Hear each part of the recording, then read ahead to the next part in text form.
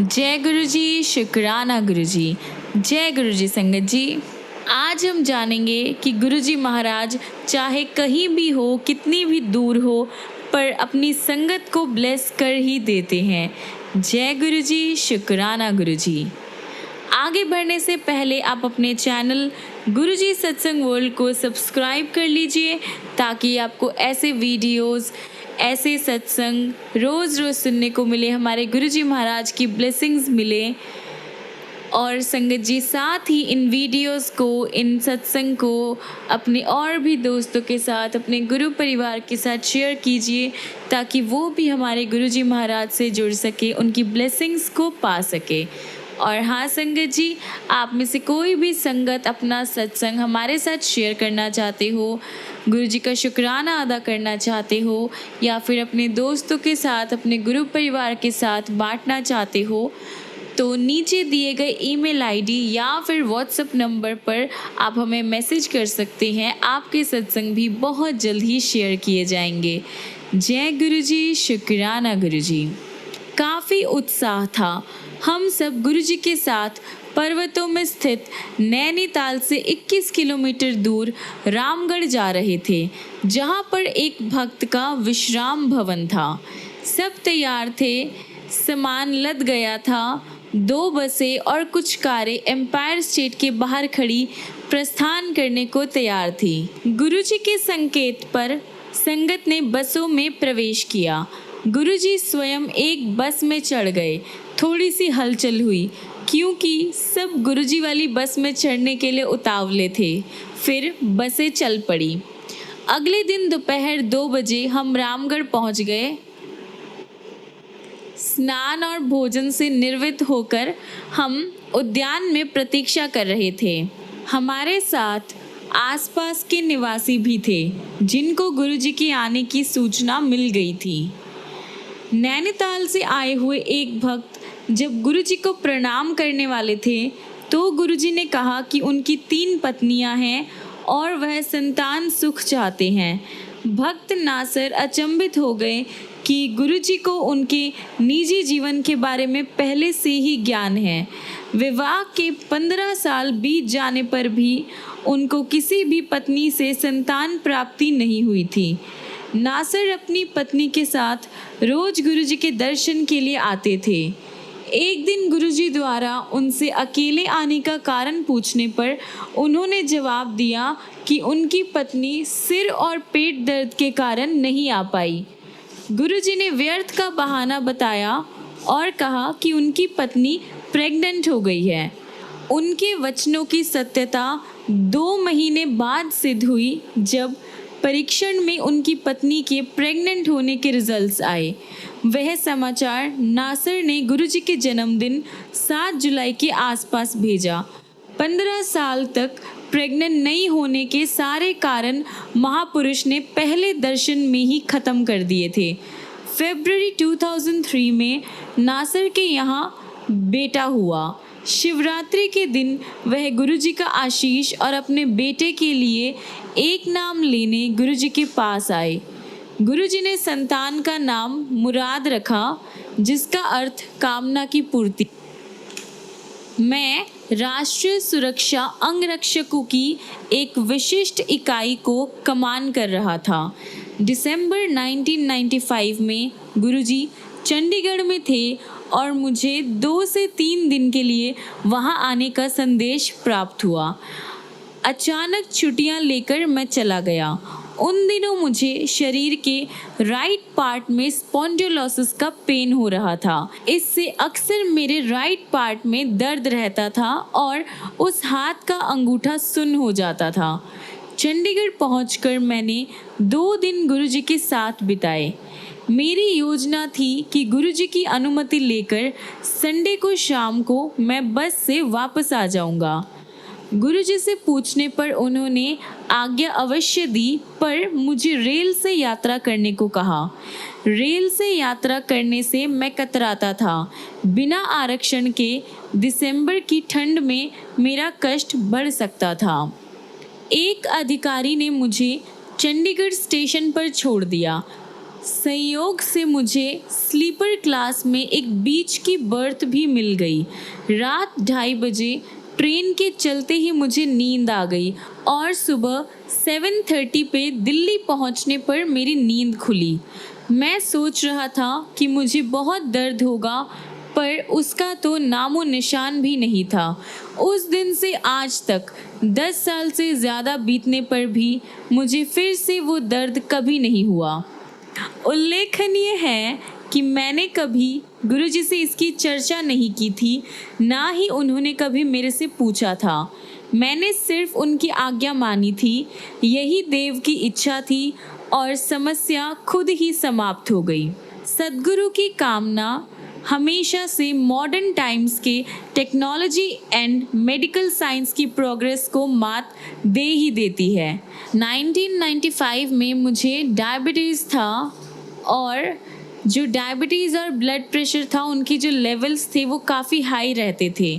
ये मेरे लिए चिंता का विषय था।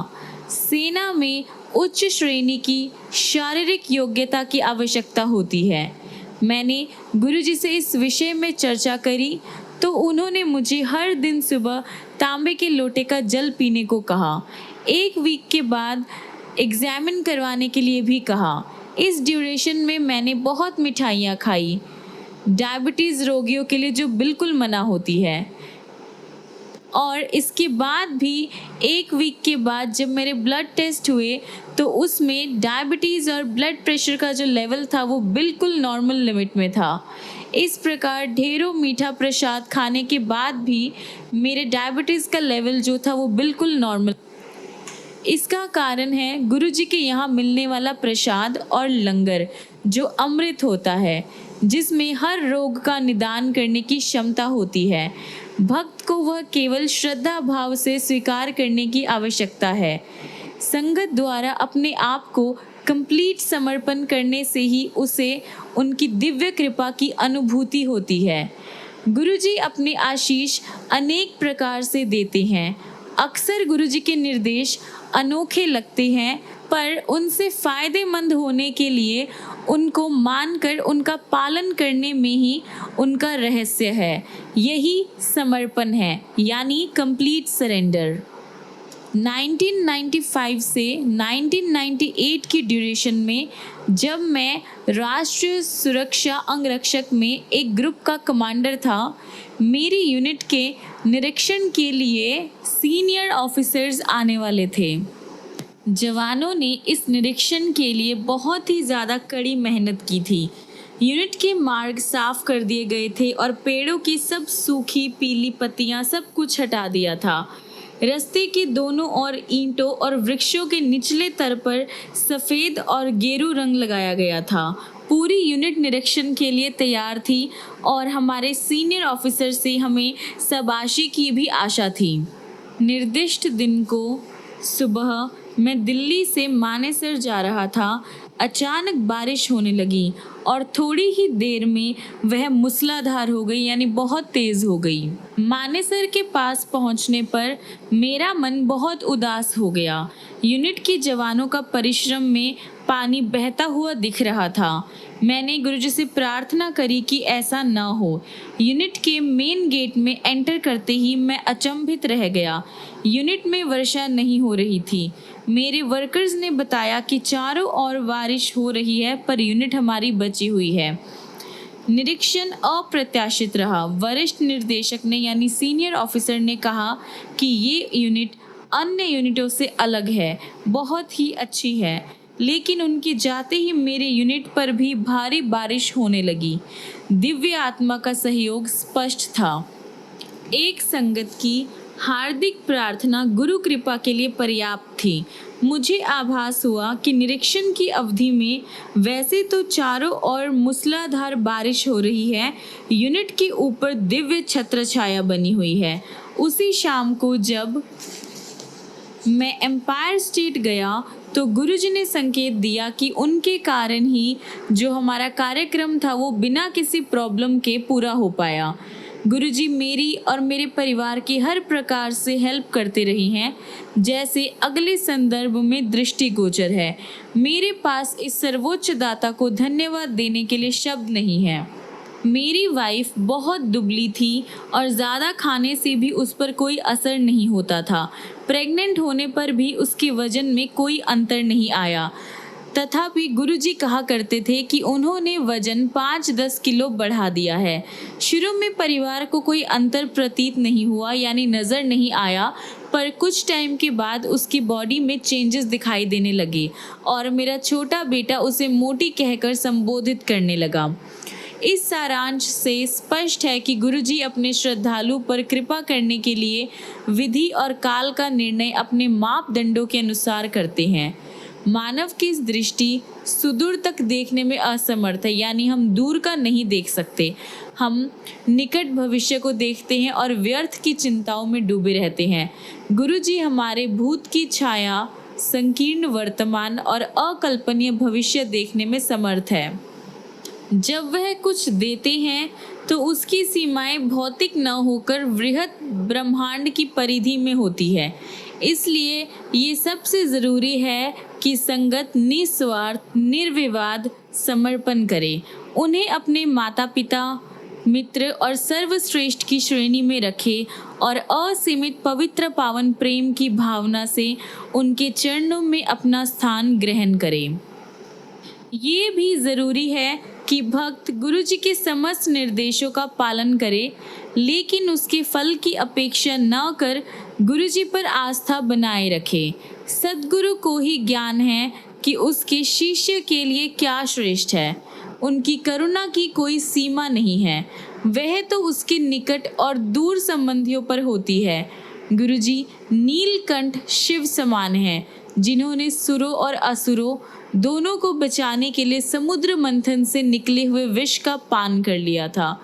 गुरुजी अपने भक्तों के विष को समाप्त कर देते हैं। आपके अति प्रिय संबंधी चाहकर भी आपकी दर्द को खत्म नहीं कर पाते, आपके सारे कष्टों को समाप्त करने में भी असमर्थ है, लेकिन सद्गुरु आपको जीवन देकर आपके रक्षक बनते हैं। रामचरितमानस का एक दोहा उल्लेखनीय है, यानी जिक्र करने वाला है। मोरे प्रभु तुम गुरु पिता माता, जाऊं कहाँ तजी पद जल जाता।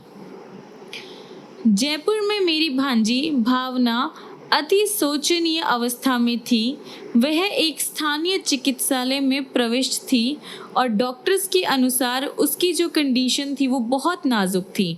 एम्पायर स्टेट जाते हुए मेरी बहन ने मुझे फ़ोन किया था। वह रो रही थी, लेकिन वहाँ पर पहुँचकर मुझे गुरुजी को कुछ कहने का अवसर ही नहीं मिला। सब भक्तों के जाने के बाद गुरुजी हॉल में बैठे थे और उन्होंने कहा कि उनकी तबीयत ठीक नहीं है, अतः मैंने उसका जिक्र करना अनुचित समझा। पर जब गुरुजी ने भावना के सिम्टम्स का विवरण शुरू किया तो मैं अचंभे में पड़ गया।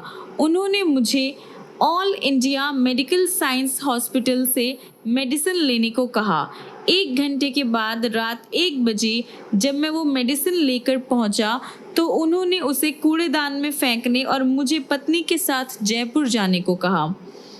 अगले दिन सुबह जब मैंने अपनी बहन को फ़ोन किया तो पता लगा कि भावना के कंडीशन में सुधार है और शाम तक घर वापस आ जाएगी। उसके सिम्टम्स तो अब ख़त्म हो गए थे, पर वह उदास थी। अगले दिन मेरी वाइफ जयपुर चली गई। मामी से मिलते ही भावना की उदासी खत्म हो गई। वह बहुत खुश हुई। सबने उसमें बहुत परिवर्तन देखा। उसके बाद मेरे परिवार के सारे रिलेटिव्स पर गुरुजी की ब्लेसिंग्स हुई। गुरुजी अलौकिक महापुरुष है। जब भी मैं गुरुजी के साथ चला हूँ, उनके दिव्य शरीर और चरणों से गुलाबों की सुगंध आती है। अगर आप उनकी संगत में बैठकर अपने आप को उनको समर्पित कर दे तो आपके शरीर से भी वही सुगंध आएगी। उनकी आभा का ऐसा प्रभाव है, हम नश्वर और उन अमर के मध्य इतना अंतर है। जैसे प्रसंगों से स्पष्ट है, सतगुरु सर्वज्ञाता है। वह एक ही टाइम पर अनेकों स्थानों पर अपनी प्रेजेंस का आभास दे सकते हैं। मीलों दूर पति पत्नी के वार्तालाप को अक्षरक्ष बता सकते हैं, यानी हमें बिल्कुल साफ साफ शब्दों में बता सकते हैं। इस देश के सब धार्मिक ग्रंथ उनके सागर जैसे विशाल अस्तित्व की थोड़ी सी व्याख्या मात्र है। रामचरितमानस का एक दोहा है, बिनु पग चलही सुनी बिनु काना, कर बिनु करम करे विधि नाना। संगत जी, मैं अपना सत्संग यहीं पर विराम करता हूँ। कोई भूल चूक हो गई हो तो मुझे क्षमा कीजिएगा और आप सभी गुरु जी के चरणों में अपने आप को समर्पण कीजिए। जय गुरु जी, शुक्राना गुरु जी। आइए संगत जी, अगला सत्संग हम सुनेंगे श्रीमती ललित माथुर का, जो कि दिल्ली के रहने वाले हैं। आंटी जी अपना सत्संग कुछ इस तरह से शुरू करते हैं। गुरु जी के कमल चरणों में मेरा सदर नमन है। अपने जीवन में हुए सारे चमत्कारों के लिए भरे मन से मैं गुरु जी का सम्मान एवं आभार प्रकट करती हूँ। हम उनके बहुत कृतज्ञ हैं, क्योंकि उन्होंने हमें अपनी छत्र छाया में स्वीकार किया है। वह ईश्वर के अवतार है, शिव के मूर्ति स्वरूप और साथ ही अत्यंत मानवीय, मिलनसार, उदार, दिव्य ऊर्जा है, जो हमारा सही मार्गदर्शन कर झूठे रीति रिवाजों और रूढ़िवाद से उठने को प्रेरित करते हैं। उन्होंने हमें जीवन, धर्म और आस्था को समझने का एक अलग तरीका प्रदान किया है। सब कुछ बहुत ही सहज हो गया है। बहुत सौभाग्यशाली है वह दिन जब हम पहली बार गुरु जी की शरण में पहुँचे थे, जब पहली बार मेरे माता पिता उनके पास गए थे। उन्होंने हमारे बारे में सवाल किया था।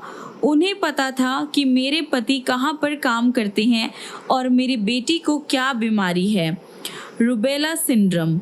ये अप्रैल 1995 की घटना है। मैं खुश हो गई।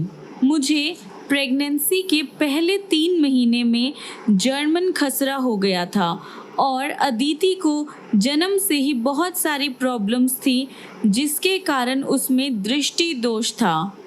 पैदा होते ही उसे मोतियाबिंद यानी कैटरेक्ट की प्रॉब्लम थी और उस प्रॉब्लम की वजह से उसे ऑप्थेल्मिया, निस्टेगम्स एंड बहुत सारी ऐसी अलग अलग प्रॉब्लम्स हो गई थी।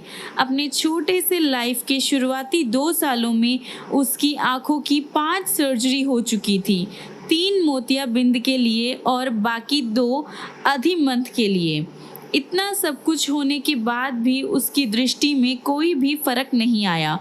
ऑल इंडिया मेडिकल इंस्टीट्यूट में भी हमने दिखाया, पर उनको भी कोई ख़ास उम्मीद नहीं थी। उनकी अकॉर्डिंग, क्योंकि उसका दृष्टि पटल जो था वो डैमेज था, वह कभी भी पूरी तरह से क्लियर नहीं देख पाएगी। इसकी संभावना बहुत ही कम थी।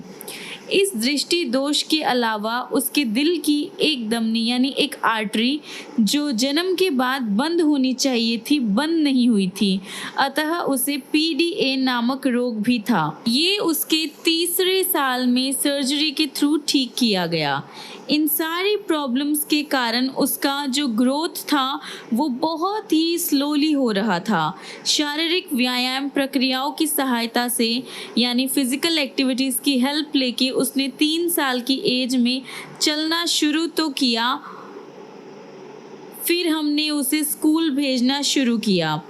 मनोवैज्ञानिक परीक्षणों से हमें पता लगा कि उसका बौद्धिक स्तर केवल 70 से 79 की श्रेणी में है। मनोवैज्ञानिक ने उसे मंद बुद्धि छात्रों को पढ़ाने वाले जो स्पेशल टीचर्स होते हैं उनकी देखरेख में रखने का हमें सुझाव दिया। गुरुजी के पास आने के बाद ये सब नाटकीय ढंग से परिवर्तित हो गया। उस टाइम अदिति 12 साल की थी और साधु बासवानी स्कूल के विशेष डिपार्टमेंट में पढ़ती थी।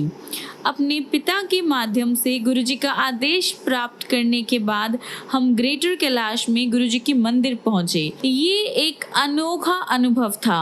हमने कभी ऐसे मनमोहक और स्वयं की ओर आकर्षित करने वाले गुरु नहीं देखे थे। गुरुजी हमें कुछ विशेष दिनों को ही आने को कहते रहे। उनके 5वें दर्शन के अवसर पर उन्होंने अदिति को हर दिन सुबह सूर्य नमस्कार करने और दूध में मूंगफली और उनके द्वारा अभिमंत्रित मिश्री डालकर पीने को कहा। ये 51 दिन तक करना था। 21वें दिन उसने कहा कि उसकी दृष्टि में सुधार है।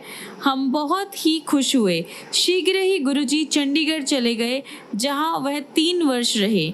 हमने 2 बार उनके पास जाकर अदिति के लिए कुछ करने का निवेदन किया, तो उन्होंने जवाब दिया कि वह दिल्ली वापस आकर उसे ठीक करेंगे। 1998 को बैसाखी के दिन जब गुरुजी का फ़ोन आया और उन्होंने उस दिन शाम को सुल्तानपुर में स्थित एम्पायर स्टेट में आने के लिए कहा, तो मेरी प्रसन्नता का ठिकाना नहीं रहा। उसके बाद मैं बार बार उनसे अदिति का उपचार करने का आग्रह करती रही। उन्होंने किया, पर अपने ढंग से। जून 1998 में एक दिन वह हमारे घर आए।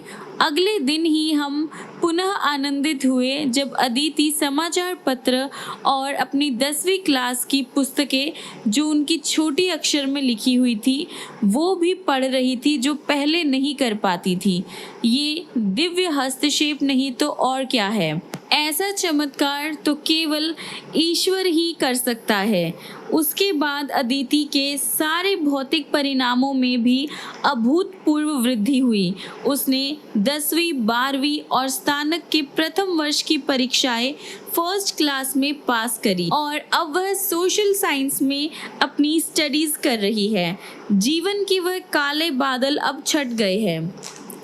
13 साल पहले हमें विश्वास नहीं था कि वह ये सब करने में सक्षम हो पाएगी। गुरुजी के आशीर्वाद से अदिति में बहुत ज़्यादा सुधार हुआ है। न केवल उसकी दृष्टि, दोनों दूर और पास की, बहुत अच्छी हो गई है। उसकी स्मरण शक्ति भी बहुत तेज हुई है।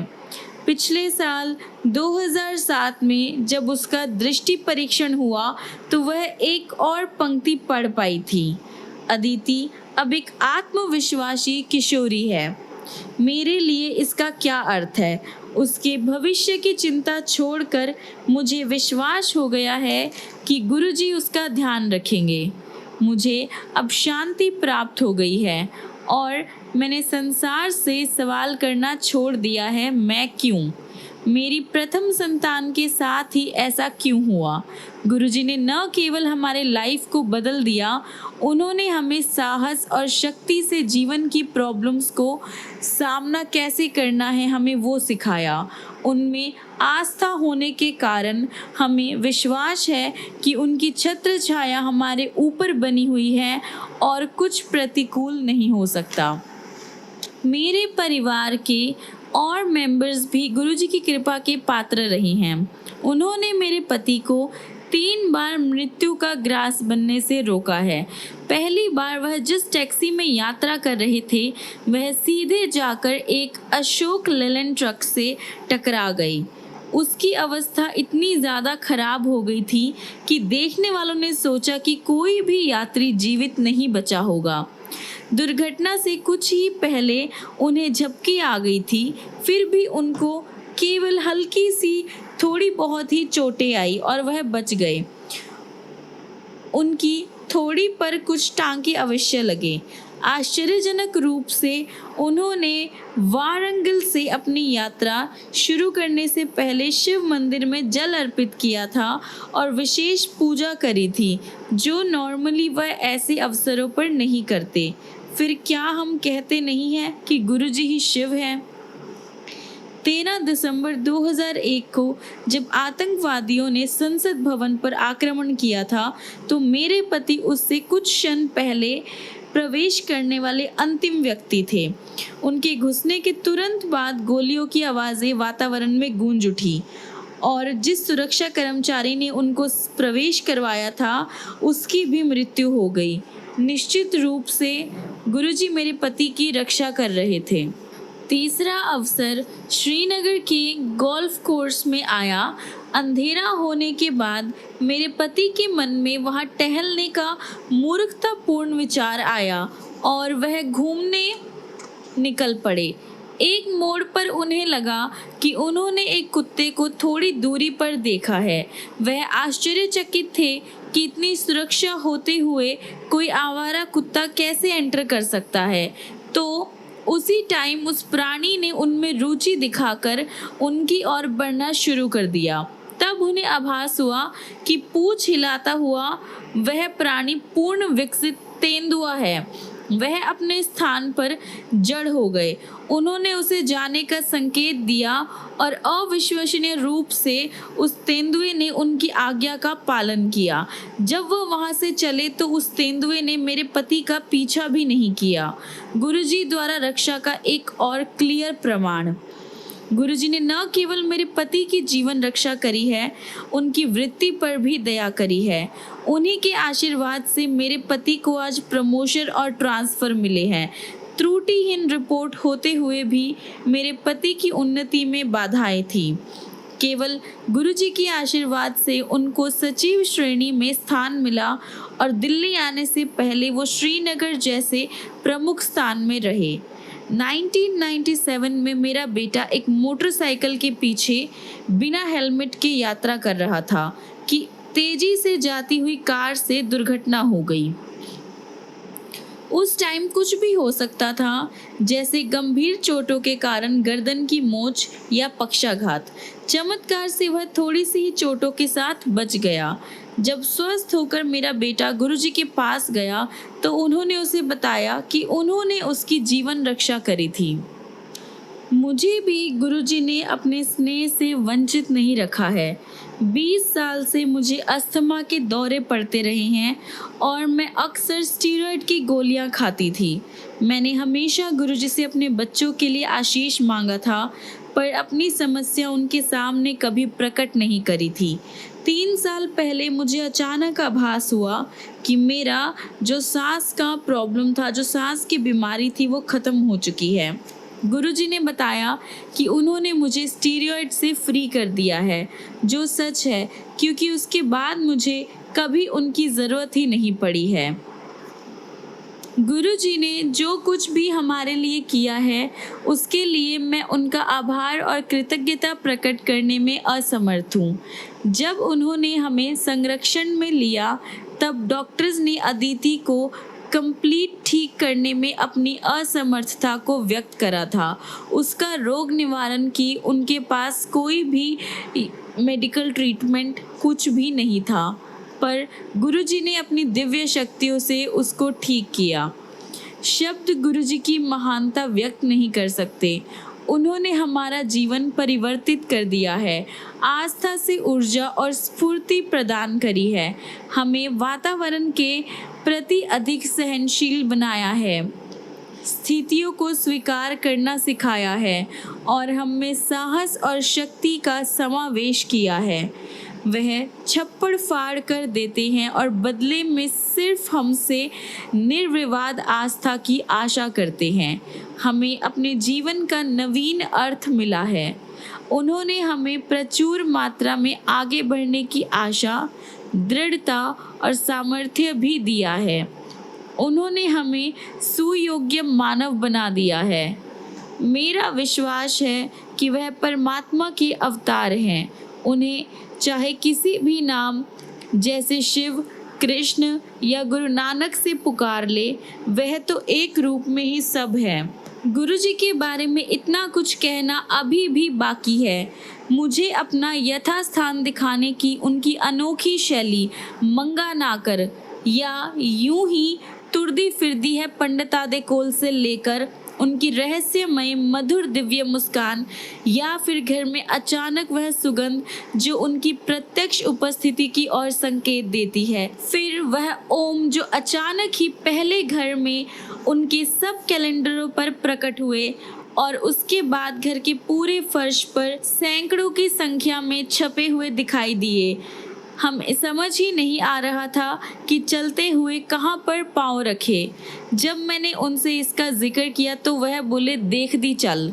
फिर एक बार उनके द्वारा अभिमंत्रित तांबे का लोटा जिससे उन्होंने हमें जल लेने को कहा और उसका स्वाद उसी अमृत सा हो गया जो उन्होंने उससे पहले हमें चखाया था।